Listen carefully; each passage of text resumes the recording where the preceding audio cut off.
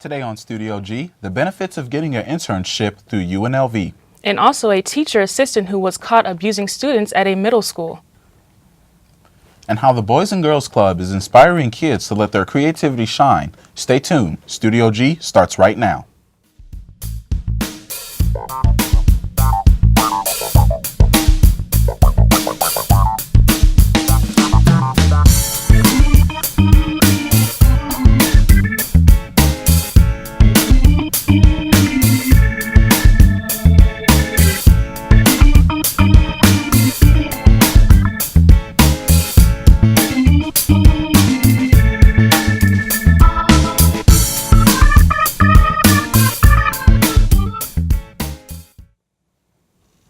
Hi, welcome to Studio G. I'm Donald Woods. And I'm Victoria Janae. A Metro police are investigating a shooting near Rainbow and Charleston Boulevard. According to police officers were called to the area around 4:10 p.m. Thursday on reports of a person shot. Officers found one person, 2 gunshot wounds to the head.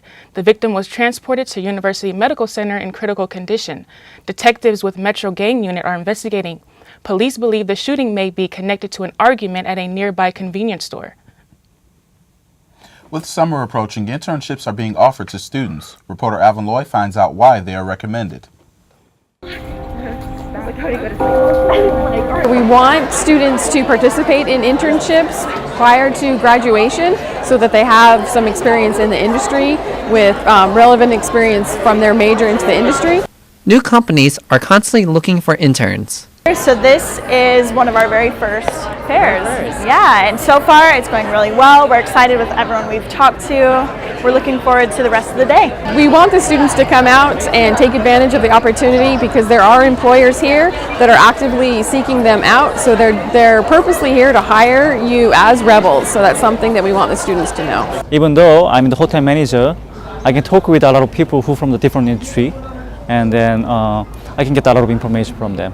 That's the one thing I really like it. The internships help make students more desirable for employees. I think the number one thing is just experience. I mean, you can get an education, but at the same time, doing something hands-on in the real world really makes a big difference. They can also earn more than just experience from the internship. From a summer job perspective, there are some students that don't work during the school year, so it gives them opportunities to earn income in the summer and build their resume. And we've already had success with the people that we've talked to, and we're really excited. So when we have open positions in the future, we'll definitely be back. For Studio G, I'm Alvin Loy. UNLV Career Service recommends that students apply early and submit their resume to any potential employers. A Roundy Elementary School staff noticed one of their students was walking with difficulty and had an extensive scarring. He told staff his mother and stepfather beat him on the buttocks and back with a TV cord, broom handle, spatula, or belt when he was in trouble. School staff called Clark County School Abuse Hotline to report the case, but refused the hotline's workers requested to check the body for new injuries.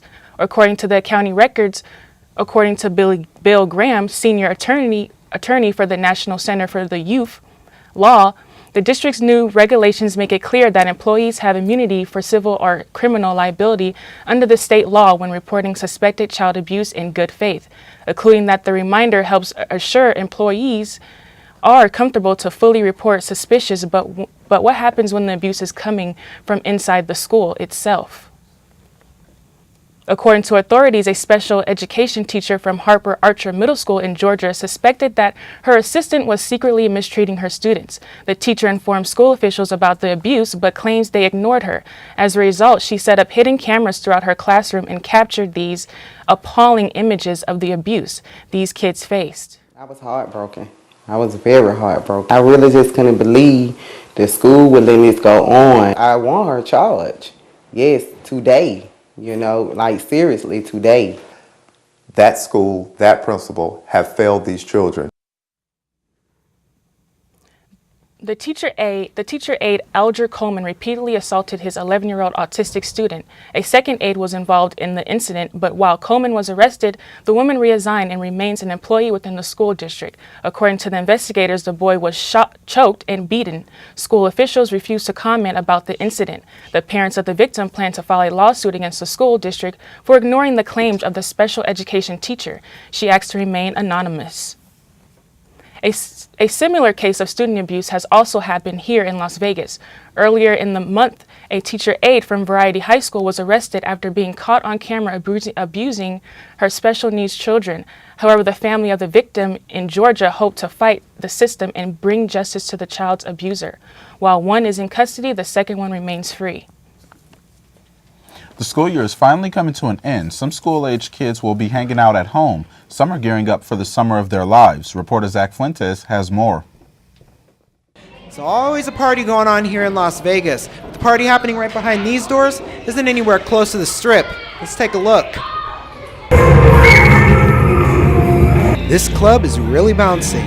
The Boys and Girls Club in North Las Vegas, that is. The music the kids are dancing to, courtesy of their peers. They're competing for a chance at a scholarship to attend Camp Spinoff, a summer program to help them master their DJing skills. For aspiring DJs and producers, they spend a week in California at a traditional summer camp. That's Tina Turnbull, or better known in music circles as DJ Tina T. She created this program to help kids pursue a career like hers. I've been DJing for almost 17 years, and I went to a ton of summer camps growing up, so I just kind of wanted to combine them into a really fun week that could give back to the next generation of DJs. And the race for the scholarship was tight. The candidates had to put together a set for the judges to critique. After some deliberation, they finally came to a decision that crowned not one, but two winners. I'm super excited. Did you think you'd get it? Yeah, Yeah, you're pretty confident? I was pretty confident. Marco Aleman was the host of the competition. It was only a couple years ago that he went to Camp Spinoff. He's still grateful for the opportunity the camp gave him. It's really good that we have people like Tina T come out here, and she's the only one in the world as of right now doing a sleepaway DJ camp. So that's really beneficial for kids who really want to get to go and get hands-on learning experience, because no one's really doing that anymore, you know? So it's really good to see people like that, and she's a female DJ, which makes it even better. I mean, she's the best in Las Vegas. For Studio G, I'm Zach Fuentes. Camp Spinoff starts in late July. The kids will be coached by some of the world's best DJs, instructors, and counselors. Coming up, UNLV may be losing one of its best players. The latest sports news affecting UNLV. Stay tuned. A new study delves into canine psychology, what researchers are doing to discover how their brain works. Joining a student organization can enhance and redefine the UNLV college experience.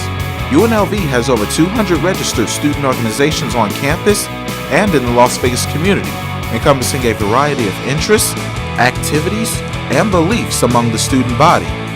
To explore, access, and join a student organization, visit the Involvement Center website under my.unlv.edu. Be a rebel. Get involved.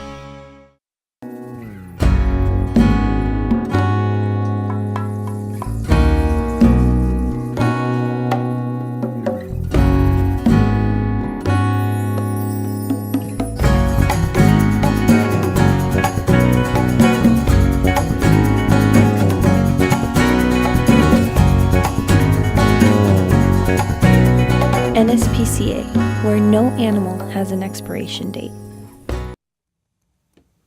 Welcome back from the break. We've had a minor in the state seal, and now it's up to Nevada's elementary school children to choose the design for the third medallion celebrating Nevada's 150th anniversary of statehood.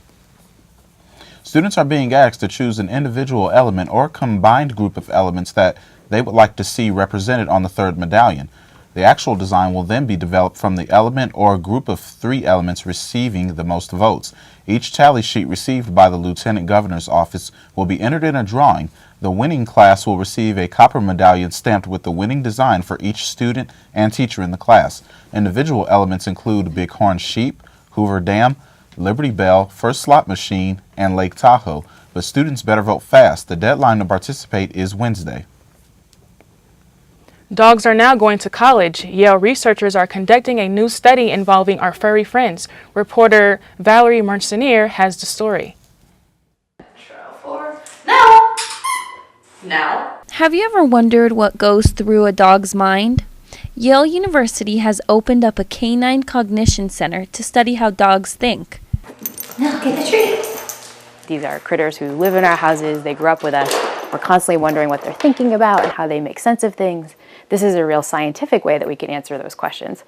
Undergrad and graduate students from Yale want to learn more about canine psychology by giving the dogs various problem-solving games. One study we're really interested in is whether dogs can socially learn like human kids. In one study, they watch a dog try to solve a puzzle on their own or with help. The goal is to see how they process information and if they learn from others. What we're interested in is when they see what a human does that limit how they explore? First, do they kind of follow what people do? And also, do they limit the kinds of exploration they do when they see others doing certain kinds of processes on these boxes? The first time this dog walked through the game, she used her mouth to try to open the boxes. But after seeing the experimenter use her hands, she picked up the cues and started using her paws. I think it'll tell us a little bit more about how dogs learn best, which can help us for training service dogs, thinking about how we train our own dogs.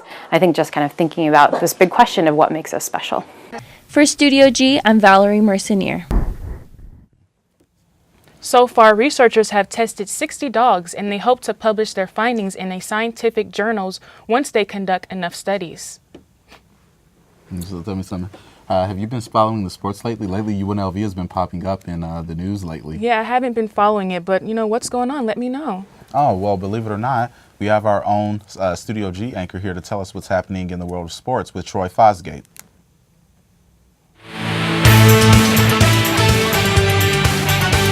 It's Studio G News, and I am Troy Fosgate with your sports. Welcome to UNLV Rebels Sports. We start off with stunning news involving UNLV running Rebels forward, Kem Birch. After a year of playing at UConn and transferring to UNLV for another 2 seasons, Birch has decided to declare for the 2014 NBA Draft. NCAA basketball experts are saying that he is not prepared for the next level and that he can possibly go undrafted. An advocate for Coach Dave Rice, Birch leaves behind a highly recruited class heading into the 2014-15 season. The UNLV baseball team has been solid during the first part of the season. As he prepared for their upcoming series versus New Mexico this weekend, starting pitcher Eric Fetty dropped by the show and discussed how the Rebels can improve. Injuries here lately, which has been kind of rough on the team. We were swept once earlier in the year, and then after that, I think we won about 7-8 series in a row. So, it's a nice little wake-up call for the team. So I think that'll be good for us. And, we just got to get back to playing UNLV baseball. We did it for so long here at the beginning of the year, and, it got us ranked high. So, I think it's more of just a wake-up call, telling the guys it's time to get going again, get ready for trying to make a run at the regionals. Come support Eric Fetty and the UNLV Rebels baseball team as he take on the Lobos at 6 p.m. tonight. Now on to women's tennis. Teetering with an above 500 record of 11-10, the UNLV women's tennis team won its opening match during the Mountain West Tournament Championship, continuing its streak of 13 consecutive years. Singles and number 75 player in the nation, Lucia Bata, defeated Tiffany Tran in straight sets and tied former UNLV tennis player Jolene Watanabe in second place for UNLV with 120 career singles wins. She just needs 6 more to surpass Marianne Volland for number 1 in UNLV singles wins. That's all the time we have for this week's installment of UNLV Rebel Sports. Back to the desk. Thanks for sports, Troy. Victoria, I'll tell you something. I came out of my house yesterday and today, and the weather is just changing drastically. It's starting to get more warmer now. How are you liking this new weather? I know, the weather is definitely switching up from last week until this week. It's a little bit more windier. Yeah. So, Man, it's been really windy, but how long will these winds last? Christina? Yeah, these winds will continue on till tomorrow or tonight and possibly tomorrow, but we'll have more right after the break.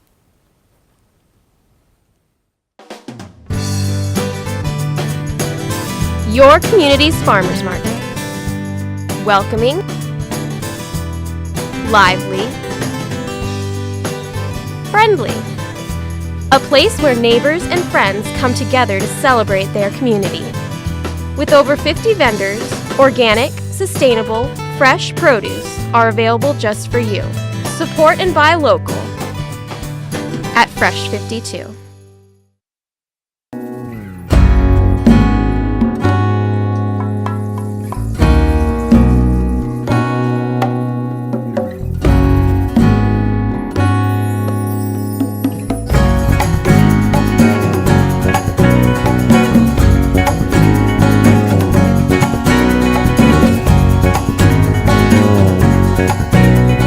SPCA, where no animal has an expiration date. Welcome back from the break. So we do have a large low pressure system affecting our area with this cold front right here, and they'll give us those windy conditions as the cold front moves on in, and it could be leaving us with a 30% chance of rain showers. But now for some current wind speeds, we do have Mercury at 20 miles per hour, up in Tonopah 26, and in Kingman 25, and Nellis at 31. So because of those windy conditions, there is a red flag warning as well as a wind advisory in effect until 11 p.m. tonight. But right now we are at 79 degrees, partly cloudy with winds at 29 miles per hour.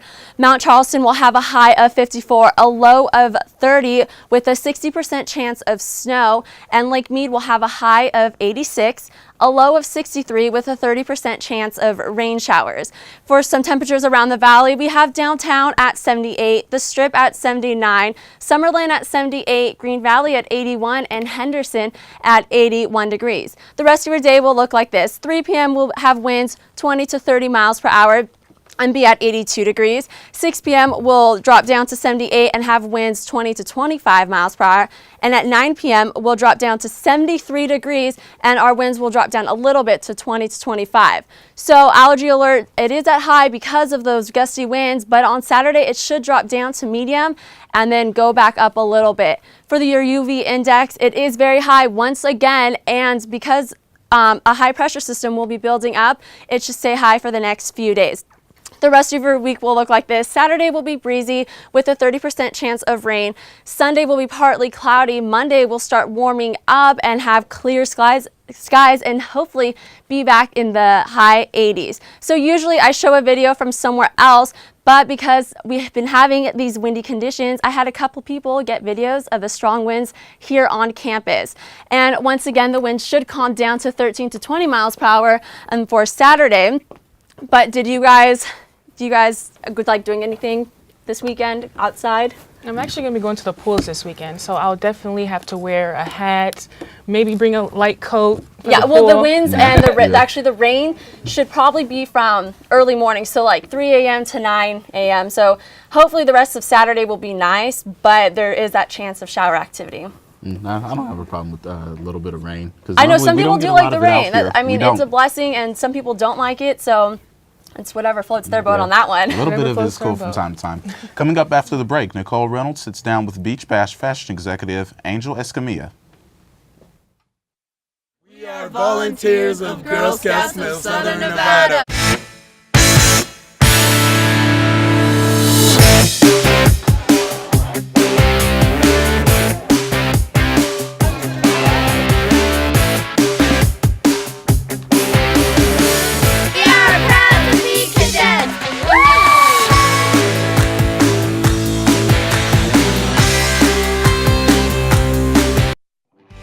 I want this place to be a place that they feel safe and secure, a place where they get inspired. So many times we kind of get complacent in our everyday life, transforming lives in the community from the inside out. I've been in fitness my whole life, but now tying that in now in my spiritual walk, it's been just amazing. Some people may want to run a marathon. Some may want to just get off their asthma inhaler. Exercising and moving our bodies, I think it's, you know, we say if you don't use it, you lose it. Welcome back from the break. I'm joined today with Angel Escamilla. And so you're into fashion. Yes, I am. I am into fashion. So why did you decide to go down that route of fashion? Yeah, so the name of the company is called Beach Bash. The way it came about was my friend actually started running the company and started the company. He wanted to expand it, and he brought me on board as a partner, and we've been rock and rolling since. And so it's kind of been a passion of his, and through that, his vision, and he shared it with me, and it's kind of been together our vision now. So the name of the store is Beach Bash. Yes. What type of clothes do you sell, or what's the whole vision behind all of it? Yeah, the Beach Bash is retro-inspired swimwear and beachwear. That's what we specialize in. So like our niche is pinup style, 50s, 60s style, and so yeah, I mean that's what we're known for. In fact, Viva was actually last weekend, which is a huge rockabilly event at the New Orleans. It's like the 17th annual. And we had a huge following for that just through social media and our other, ties with that community. And so it's been a huge supporter of us. Was there a reason that you went with vintage as opposed to street style, which seems to be the thing coming up now? Right. You know what? I really enjoy it's still very classy, but still yet very sexy. And so we strictly do women's fashion. And so with that said, you know, the styles that we do are very, you know, it's high-waisted. We're known for having like the 60s style, but with the most recent pattern. So whether it's polka dots, whether it's floral, whether it's, you know, whatever's in right now, we infuse it with a 60s vintage look. And so it's still very modern, but still very sexy and classy. So I understand fashion isn't all that you do. What are some of the other things that you dabble in on the side? Yeah, I actually run a nonprofit. It's called the Jump for Joy Foundation. I founded that back in 2009. And so, yeah, that's something that I'm very active in. And we fight childhood obesity here in the community of Southern Nevada. And so, yeah, we're very excited for that and moving forward in future events. Have you used social media to kind of launch these events in your store and communicate that with the community? Social media has been a huge tool for us. Just because we're a small business, we're somewhat of a mom and pop shop, but it's been a huge tool and resource for us in order to tap into the retro community, the pinup community, but also just to hone into other communities, the other fashion communities, from bloggers to vloggers. I mean, you name it. That's been our resources to tap into different communities to grow. What have you found to be the most successful way to run your own business?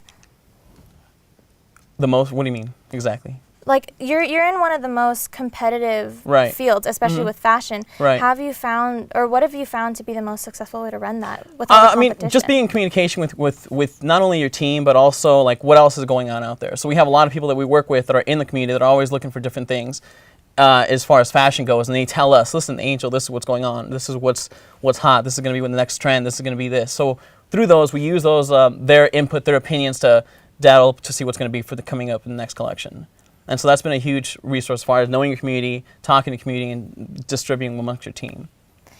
What's kind of the next thing for Beach Bash that's kind of coming up?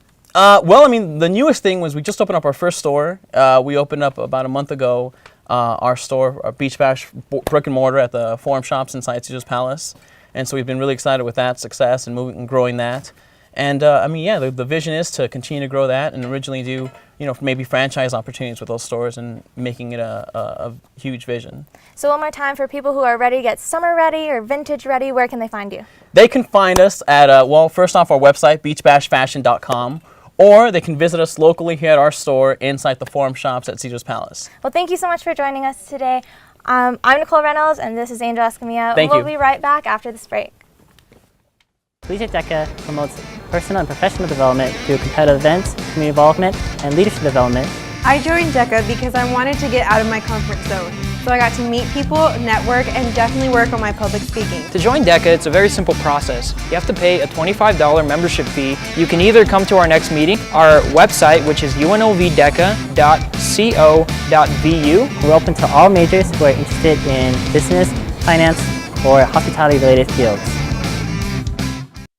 Joining a student organization can enhance and redefine the UNLV college experience. UNLV has over 200 registered student organizations on campus and in the Las Vegas community, encompassing a variety of interests, activities, and beliefs among the student body. To explore, access, and join a student organization, visit the Involvement Center website under my.unlv.edu. Be a rebel. Get involved.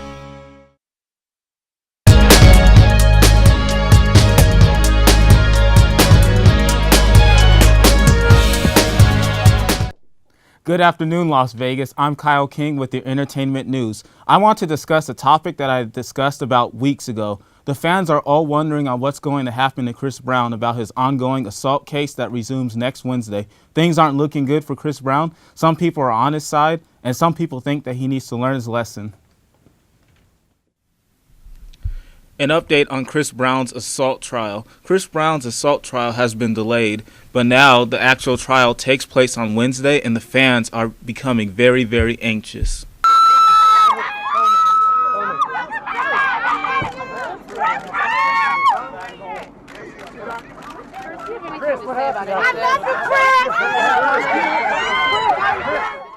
Chris Brown's diehard fans hope for the best of him. However, I switched it up a little bit to get more in-depth responses. I asked some of his fans here at UNLV on their view on what the verdict should be on the assault case. Let's take a look. I definitely think Chris should learn how to control himself in public, maybe seek some anger management, some counseling. They should definitely keep him, definitely put him back in jail so he can learn the consequences of his actions. I used to be a fan of him, well, I am a fan of him, but I believe that he still should be left in jail because he needs to figure out what he's doing in life and not going around punching people just because he's angry. There you have it. His own fans respect his music, but don't like the direction he's heading into in his life. According to the Billboard's Top 100 Hip Hop, Chris Brown's Loyal is number 4 in Top 100, and Show Me is number 7. However, the UNLV fans aren't having it. In more entertainment news, this man has one more movie that airs and he won't be forgotten. Paul Walker stars in Brick Mansion. What you doing here? Let's go! It's gotta make you a little bit anxious. Really bad idea. Wow, that movie looks action-packed. The movie just came out today. It's Friday, and let's show Paul Walker some support. Really, just a tad bit of that. That does look interesting to watch. Even with the short clip. But my main concern is, what do you guys think the verdict should be on Chris Brown's case on Wednesday? You know, actually, I don't know Chris Brown. I'm really not going to comment on that, but I do think maybe he needs to just tone it down a bit as far as his anger and just learn how to control himself. What about you? I'm a big fan of Chris Brown. I've been following this story ever since last year, and it's just been ups and downs. I just feel like at the end of the day, it will all work out. Yeah. Okay. Let's wish him the best. Animal lovers should mark their calendars this weekend because the Animal Foundation is hosting their 11th annual Best In show on Sunday. 54 lovable pups will be shown at the Orleans Arena at noon. The show will be hosted by entertainer Jeff Savilico, and the dogs that will be at the show range in all shapes, sizes, and age. The dogs will be walking in their size groups that ranges from puppies to large dogs, special needs, variety dogs, things like that. And then we'll let the audience vote by applause who they think the best of each group is. And then at the very end, those winners will come on out. The crowd will decide who the best in show dog is. And that dog will get his own little trophy full of treats.